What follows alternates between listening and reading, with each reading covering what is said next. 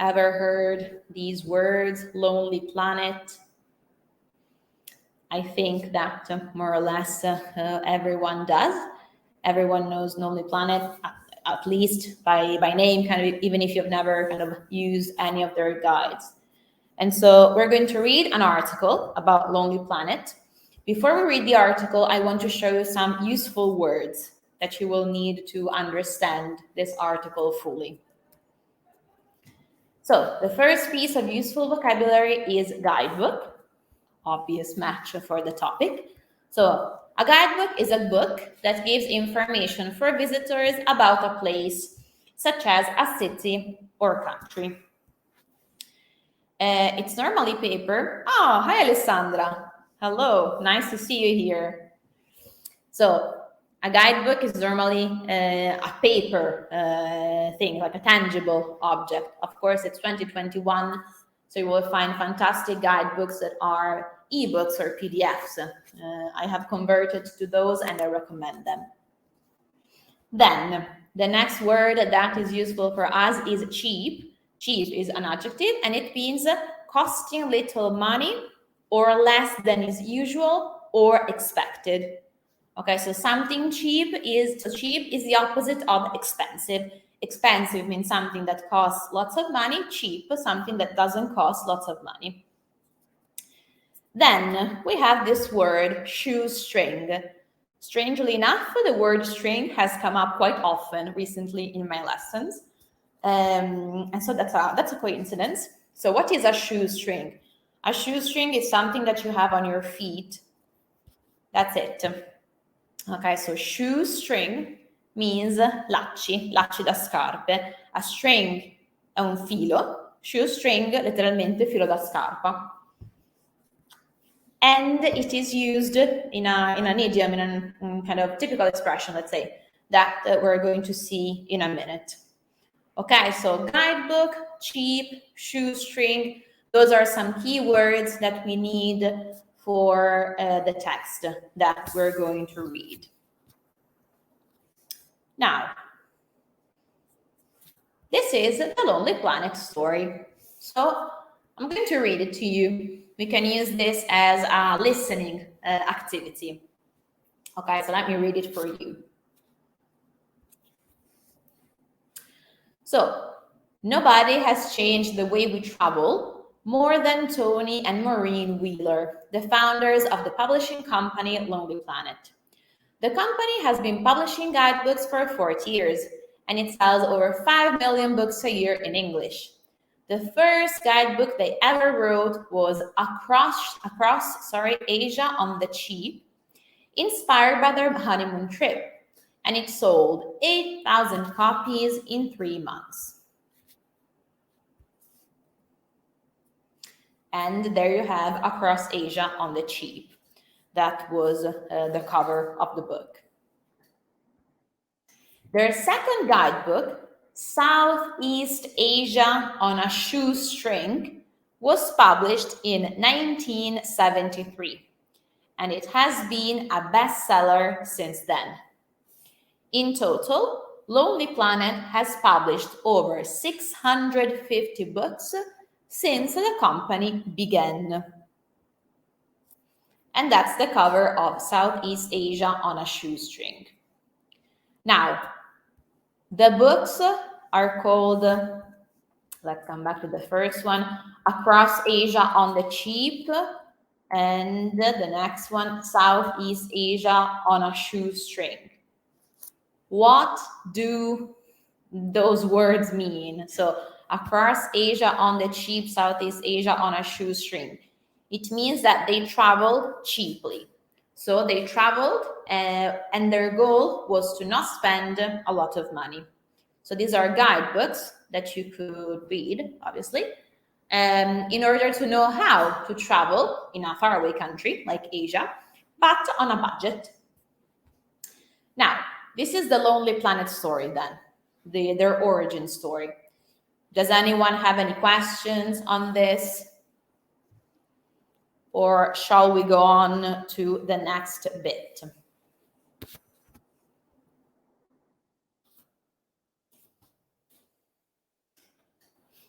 Any questions?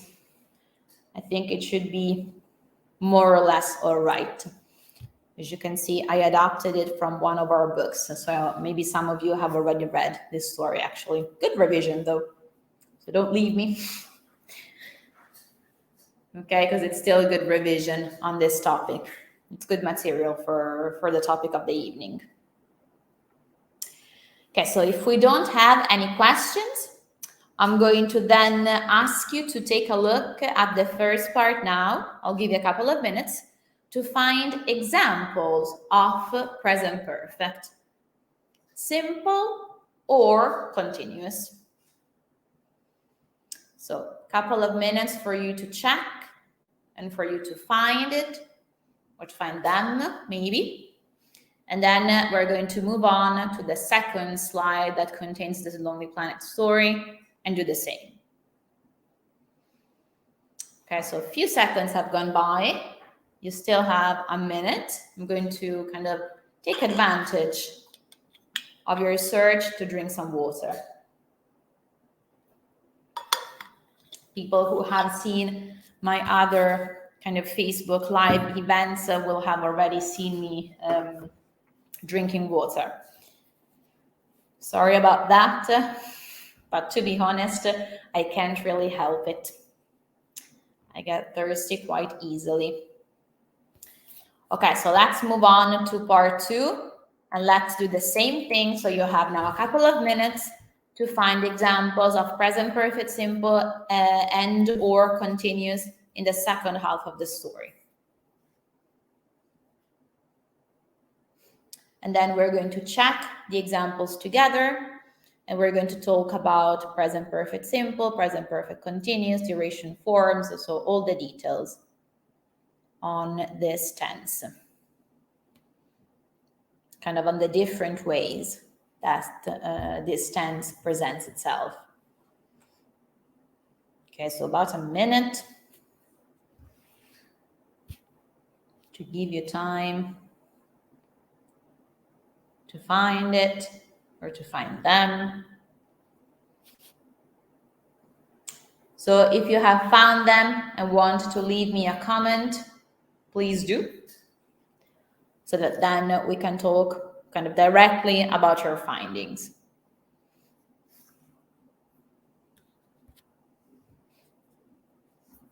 Okay, I think we are ready to proceed. So the first couple of examples were in the first part of the story. Nobody has changed the way we travel more than Tony and Maureen Wheeler. And the company has been publishing guidebooks for 40 years. And then we had the second part. So their second guidebook has been a bestseller since then, so since 1973. And in total, Lonely Planet has published over 650 books since the company began. So we have has been, has published, has changed, has been publishing. So we have 3 examples for present perfect simple, 1 example for present perfect continuous. So the 3 examples for present perfect simple, has changed, has been, has published. The example for present perfect continuous, went too fast. So the example for present perfect continuous has been publishing. Now, let me ask you, what is the difference between present perfect simple and present perfect continuous? What do you know? What do you remember? What is the difference is the wrong question. What are the differences between the two? What do you know and what do you remember? I'll give you a minute to think about it, and then feel free to drop me a line in the comments so that we can talk about it together.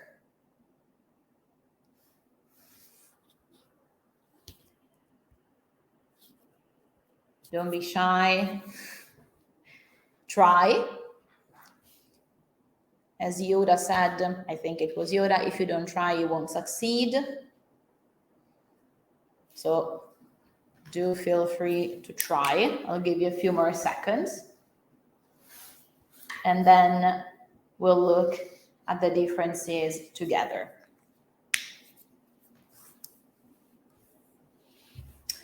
Couple more seconds before we proceed. Okay, Alessandra, yes, quite close. That is the meaning of has been publishing. Yes, Lonely Planet is still publishing. Sorry, no, you were talking about has published or has been publishing. I think you're talking about has been publishing. So yes, has been publishing means that it's still happening and that it is a continuous action. Yes, that is kind of the key role of present perfect continuous. Okay, so let's then have a look at the differences and similarities together. Starting from present perfect simple. So again, we're talking about has changed, has been, has published. The structure of present perfect simple is what you have now, what you can see now.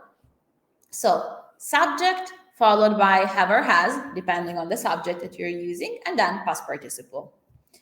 If it's negative, then we use the subject, haven't or hasn't, again, depending on what subject you're using, and past participle. If it's a question, the auxiliary comes first, so it comes before the subject, so we start with have or has, subject, and then past participle. So, before we move on to adverbs, one word on past participle. How do you form past participle? Remember that if it's a regular verb, then you just add ed to the infinitive, like want, wanted, like, liked. If it is irregular, at the end of your books, you normally have those handy tables with irregular verbs, where the third column is about past participle. And so it's a good idea to revise those. There are actually, so tables are one way. I know that we were all shocked by them in school. Quindi le tabelle piacciono sempre poco perché ci hanno un po' scioccati con queste tabelle a scuola. They're useful resources. Diciamo che sono delle risorse utili. It doesn't mean that you have to sit down at your desk and try and learn an entire table by heart. Ok, diciamo che non è che necessariamente vuol dire che dovete sedervi a tavola, alla scrivania e memorizzarla tutta. But sooner or later, you'll have to learn these past participle verbs. So make sure that you find a way. You can ask your teacher, you can ask reception, and they will ask me. So get in touch if you have doubts on that. Now, coming on to adverbs, we use, with present perfect simple, the adverbs ever and never when we're talking about life experiences. So I can ask, have you ever visited Australia? Have you ever visited Australia? And in my case, I could answer that question with, I have never visited Australia. Ok, hai mai visitato l'Australia? Oppure in italiano diremmo, sei mai stato in Australia? Quel mai nella domanda, ever. Quando rispondo, non sono mai stata in Australia, non ho mai visitato l'Australia, I have never visited Australia. Quindi quel mai è never. So, never is a negative word. We use it with affirmative verbs. So, to recap, ever, we use it in questions. Never, we use it in sentences, so not questions, because since it is a negative word, we have to use an affirmative verb. Ok, la parola è negativa, l'avverbio in forma affermativa. Ho sbagliato. Never, l'avverbio è negativo, il verbo deve essere in forma affermativa, ok? I have never. Then, some more adverbs that we use with present perfect simple. We use, for example, just, yet, already, recently, lately, to talk about a recent past or a near future. So, careful with this. What does just mean? Partiamo da quello che è un false friend, cioè just. Cosa vuol dire just? Attenzione perché just in italiano vuol dire appena. So, I have just finished reading this book. Ho appena finito di leggere questo libro. Then, let's go actually to already. I have already read this book. Ho già letto questo libro. Ok, so just, appena, already, già. And what about yet? Okay, Alessandra. She told me that the video has stopped working. Okay, give me 1 second because I can actually, like I told you before, I'm actually kind of looking at myself from 2 different devices and I'm still moving. So give me just a second. Okay. Okay, good. Thank you, Alessandra. Okay, so then talking about yet, what does yet mean and how do we use it? So I can ask, have you eaten your first tortellini of the season yet? Avete già mangiato i primi tortellini della stagione? Già, yet. And I'm asking a question, and yet is the last word in the question. Or I can say, I, unfortunately, haven't eaten the first tortellini of the season yet. Io non ho ancora, yet, mangiato i primi tortellini della stagione. Sono ancora purtroppo a quota 0 tortellini per questo autunno inverno, ma rimedierò presto. But anyway, yet, I can use it in negative sentences too. I haven't eaten the first tortellini of the season yet. And yet is the last word. Okay, so I use yet in questions and in negative sentences. Then, recently and lately, they're pretty much synonyms and they mean recentemente. So I have recently visited Brescia. I can say I can't say I have lately visited Brescia, but I can say that I haven't been abroad lately. Non sono stata all'estero di recente for COVID reasons. Okay, so we use present perfect simple for life experiences with ever or never, for recent past, to express kind of a recent past, to talk about a recent past with just, yet, already, recently, and lately. Then, sorry. I forgot about the timeline. Sorry about that. So let's talk about this. So what does it mean? Why did I put a timeline there? The timeline means that I'm talking about finished actions. Okay, present perfect simple means that done. It has finished. Quindi ho messo questa timeline con una freccia che si interrompe per dire che l'azione è finita, è un'azione del passato. Però non ho detto, quando lo uso per life experiences non specifico un tempo, perché se lo specificassi dovrei usare il past simple.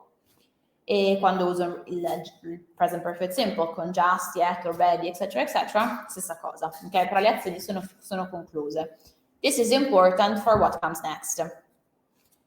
And this is a recap. So, present perfect simple for life experiences, we use it to talk about past experiences without specifying when they happened. So, I have visited New York, they have printed some photos. I can ask, have you ever read Pride and Prejudice? No, I have never read Pride and Prejudice. Present perfect simple for recent past events. I can say my friend has recently or has just had a baby and she's feeling quite happy. I haven't done my homework yet. So this is an example of a negative sentence. Like I told you, you can use it in questions too. And then I can say Alice has already done her homework. Okay.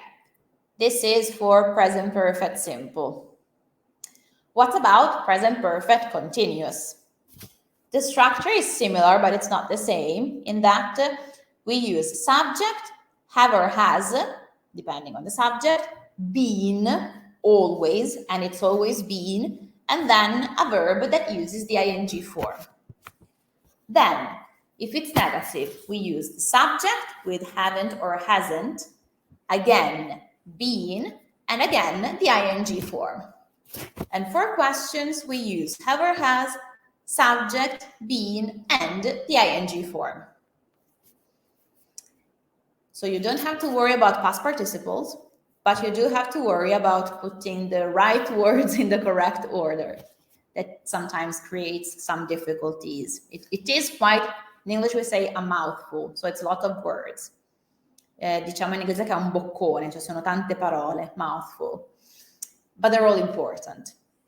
And so we use for and since with present perfect continuous that is called the duration form, and we use action verbs in this way.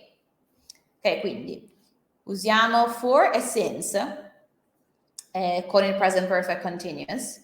Questa si chiama duration form, e questa duration form del present perfect continuous con for e since, mi raccomando, dobbiamo usare gli action verbs.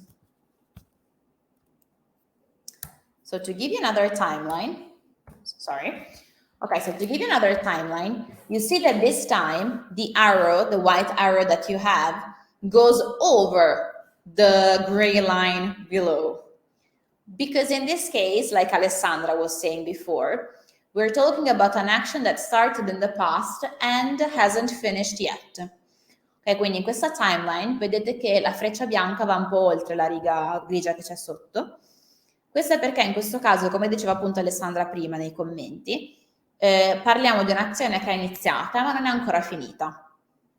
And so I'm going to give you some examples on that.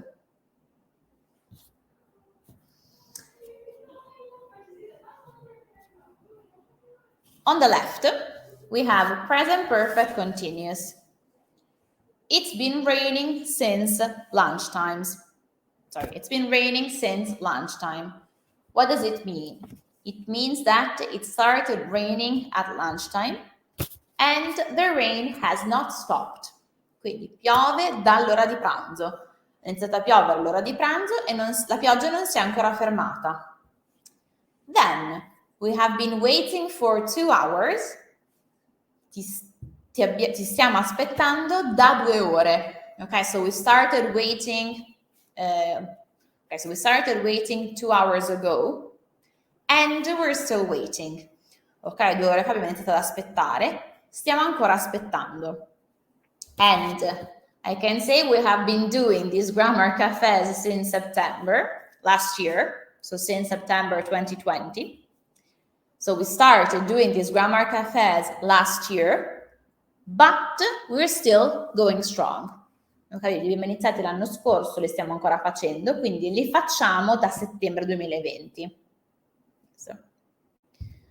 And, rain, wait, do, those are all action verbs. Now, on the left, you have the duration form with present perfect simple, special verbs. So, I have known my best friend for about 25 years. This means that I met my best friend 25 years ago and I still know her. We're still friends. We still have a relationship. Ok, quindi conosco la mia migliore amica da circa 25 anni. Cioè ci siamo incontrate 25 anni fa, siamo diventate amiche e siamo ancora amiche. I have had my car for about 7 years. I bought my car 7 years ago. Ok, quindi vuol dire che ho la mia macchina, cioè ho questa macchina, da circa 7 anni. I haven't been on a holiday since last summer. To give you an example of a negative sentence, I haven't been, sorry, I got distracted by myself. Scusate, mi sono distratta da sola. Ok, so I haven't been on a holiday since last summer. Non vado in vacanza dall'anno scorso.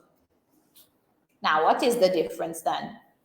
That we use present perfect simple or present perfect continuous to talk about an action that started in the past and is still ongoing.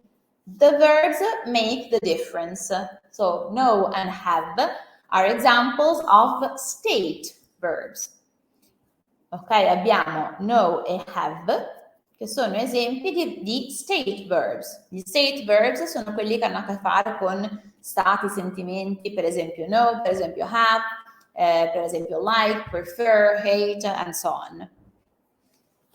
The last example, I haven't been on a holiday since last summer. That's because when the sentence is negative, we don't always use present perfect continuous. Sometimes we prefer present perfect simple. But maybe this is for a different grammar cafe, where we're going to talk about what in exams is called use of English. So for now, let's say, let's stay here. So we use present perfect simple or present perfect continuous to talk about an action that started in the past and is still ongoing.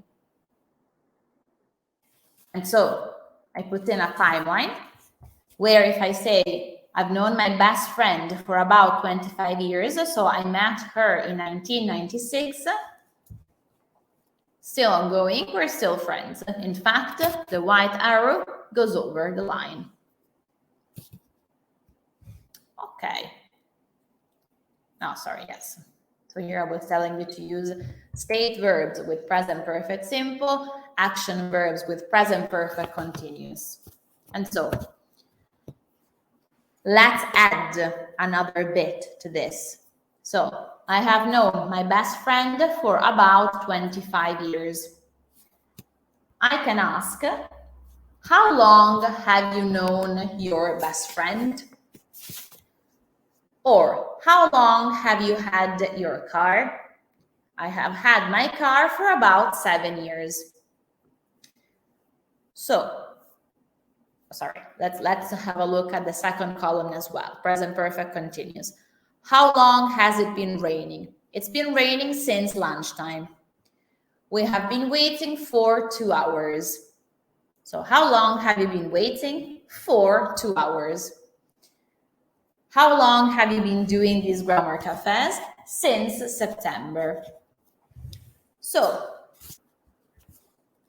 to ask about the duration form, better, when the duration form is used in questions, quindi quando questa struttura che si chiama appunto duration form è in forma di domanda, se voglio chiedere da quanto tempo fai qualcosa, uso how long.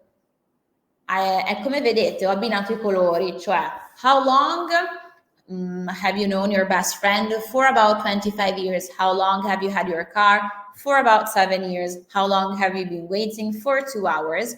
But also since lunchtime, since September, since last summer. So the question is with how long, da quanto tempo. The answer can be with for or with since. Okay, quindi la domanda è how long, per sapere appunto da quanto tempo si fa qualcosa. Ma la risposta può essere sia con for sia con since. Non cambia. Cosa cambia? So, what is the difference? Let me show you. I use for when I'm talking about periods of time, okay, dei lassi di tempo. So, I've known my best friend for about 25 years, da 25 anni. We use since with the point in time when something started. So, since last summer, since lunchtime, since September. Ok, quindi for più lasso di tempo. Since più il punto specifico temporale in cui ho iniziato a fare qualcosa. You can use one or you can use the other, because I could say I have known my best friend since 1996. I have had my car since 2014. I haven't been on a holiday for 3 months. Ok, quindi scegliete voi quello che più vi piace, quello che più si adatta al concetto, al messaggio che volete esprimere, che volete far passare. One word on for, attenzione a for, quando passate da italiano a inglese e viceversa, perché we've been waiting for 2 hours, non è stiamo aspettando per 2 ore, è aspettiamo da 2 ore. I have had my car for 7 years. Ho questa macchina da 7 anni. So, when we're translating the duration form, for da. Quindi quando diciamo traduciamo la duration form, quando facciamo il passaggio italiano-inglese e viceversa, attenzione perché con questi tempi for è da e no come since, stesso significato in italiano, non è per. And we use how long to ask about the duration of an action or an event. Okay.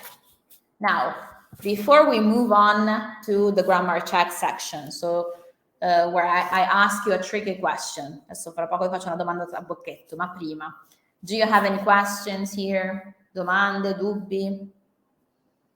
I'm going to hold on for a minute to see if you have any questions.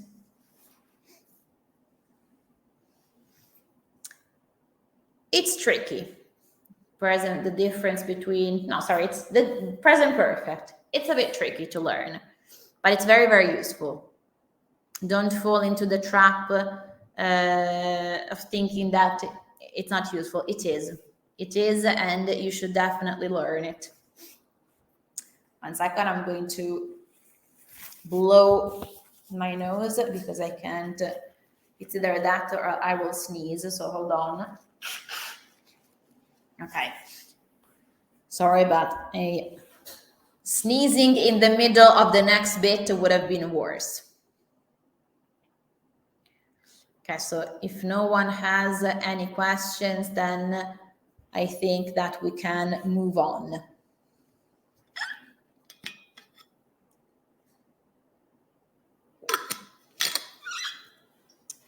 To the next bit, where actually I will ask you a question.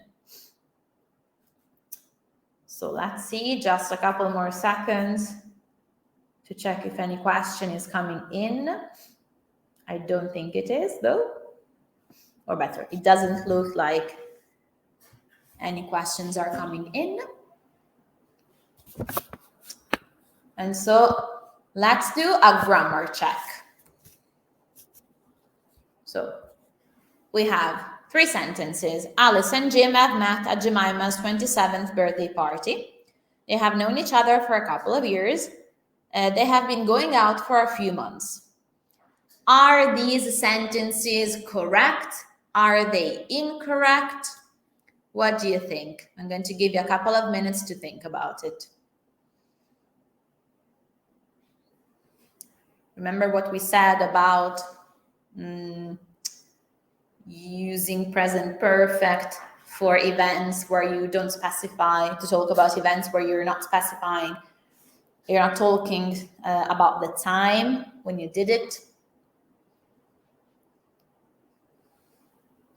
In the meantime, I'll take advantage of kind of this exercise that you have to do to double check my notes.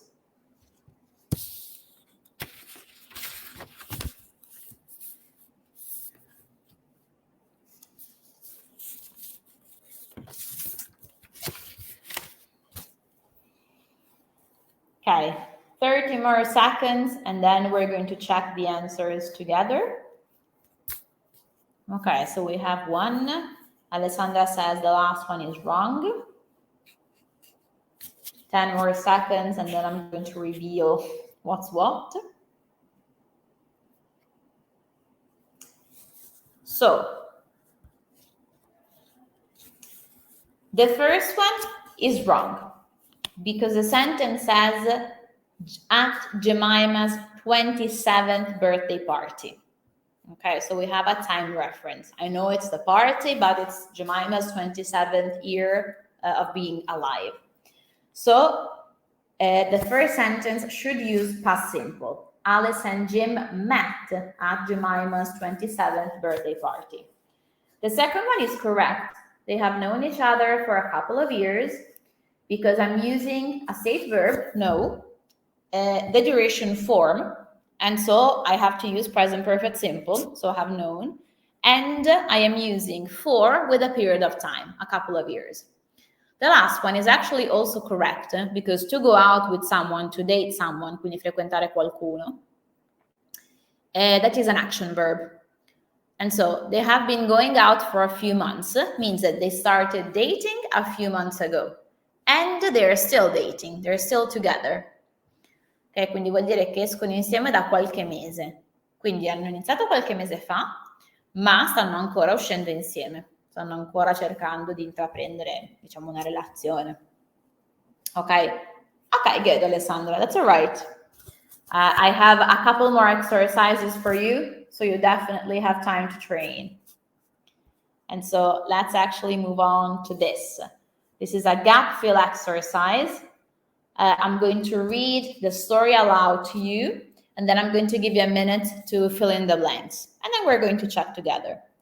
So we have filmmaker George Richards, interested in cinema since he was a small child. He films since he was just 12 years old. He's now almost 40 and he 30 films. George loves traveling and luckily his work, him all over the world. He to Africa, India, Australia, China, the USA, and South America. But he, Russia yet, and he would really like to. George is married to the singer Kathy Burke. They married for more than 30 years and they live with their 2 children on the Greek island of Kos. They, a house on the island since 1987, and they, there since 1989. Okay, so you have about a minute to fill in these blanks, and then we're going to check together.